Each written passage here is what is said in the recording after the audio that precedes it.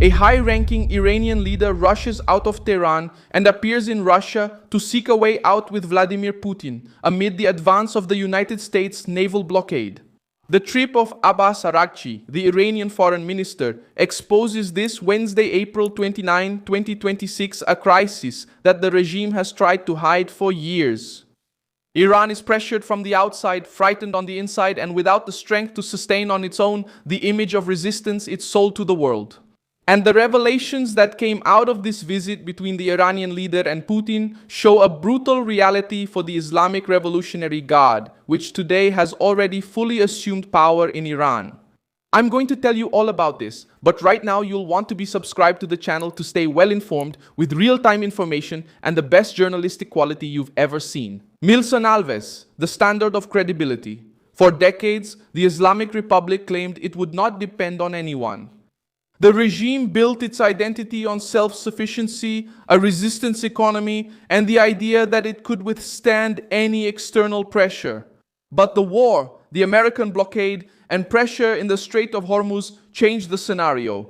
Now, while ships are stuck, exports are stalled, and the risk of protests grows, one of Tehran's main figures rushed to Moscow. The trip came right after Trump claimed that Iran had said it was in a state of collapse and wanted the Strait of Hormuz opened as soon as possible. This statement hit the heart of the crisis. If Tehran is asking for relief at sea, it's because the naval pressure has stopped being a threat and has become real damage. Since April 13, the United States blockade has limited the export of goods linked to Iran and reduced the regime's economic breathing room. The decisive point is that the blockade doesn't stop all traffic in the Gulf. Many ships still cross Hormuz. The problem comes afterward. Vessels that load at Iranian ports may be able to cross the strait and reach the Gulf of Oman, but they encounter the American pressure line before heading to the Arabian Sea and reaching buyers. In other words, crossing Hormuz doesn't mean overcoming the blockade. That's why Iranian propaganda loses its strength. When Tehran shows ships crossing the strait, it tries to claim victory, but if the oil doesn't reach the customer, it doesn't turn into money. If the ship is stuck, the cargo becomes a problem. At sea, victory isn't about leaving the port, but about being able to sell, deliver, and get paid. The pressure hits the economy from both sides. First, money stops coming in because oil and other products don't flow like they used to. Second, important imports become more difficult, including food, parts, and industrial items.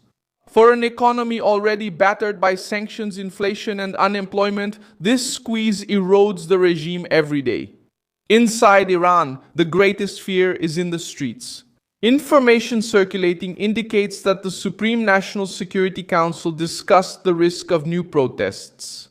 The warning reportedly came from internal reports about rising prices, unemployment, and damage in the petrochemical sectors, and damage to the steel sector, in addition to the decline in economic activity. The harshest assessment is that the protests would be inevitable. The only question would be when they would return. This point explains the urgency.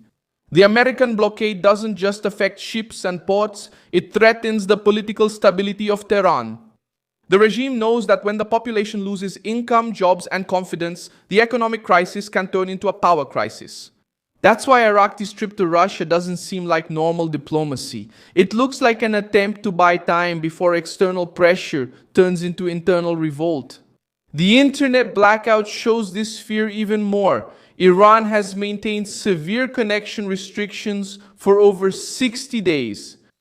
According to information cited in the news, 99.9% of Iranians are without normal access to the internet, leaving more than 90 million people isolated from the world. The intention is to prevent people from organizing and exposing the crisis, but the measure also affects online workers, small businesses, and private companies, with the risk of more than 102 million people losing income or jobs. The internet shutdown has become a political admission.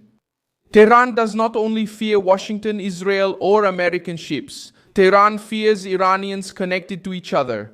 If the population starts speaking out again, organizing protests, and showing images to the world, the regime may face pressure that is hard to contain. Those who feel secure don't need to silence millions of people for so long. It was in this context that Araghchi left Tehran and went to St. Petersburg. Iranian diplomacy tried to deny that it was an act of desperation and stated that its representatives were not going to Russia to ask for charity. But that statement drew more attention than it helped. When a government needs to say it's not begging, it's because the image of weakness is already established. The meeting with Putin lasted about 2 hours and took place behind closed doors. The presence of Russian security officials indicated that the meeting likely covered blockades, war, maritime routes, the risk of renewed escalation, and ways of providing support if the conflict intensifies again. Publicly, however, there was only talk of partnership and political support, but nothing that would break the blockade. That's where the feeling of Russian betrayal comes in. Iran helped Moscow in the war in Ukraine with Shahed drones, military technology, technical support, and facilities for producing this equipment on Russian territory. When Putin needed it, Tehran provided means that helped Russia carry out long-range, low-cost attacks. Now that Iran needs help, Moscow is calculating every step. Russia can help with intelligence, satellites, information, and rhetoric. But that's not the same as challenging the US Navy in the Gulf of Oman. Putin is stuck in his own wall. He faces sanctions, attacks against Russian infrastructure, and military pressure in Europe. He doesn't seem willing to open a new direct front to save Tehran. Moscow receives the Iranian foreign minister, poses for pictures, and talks about support.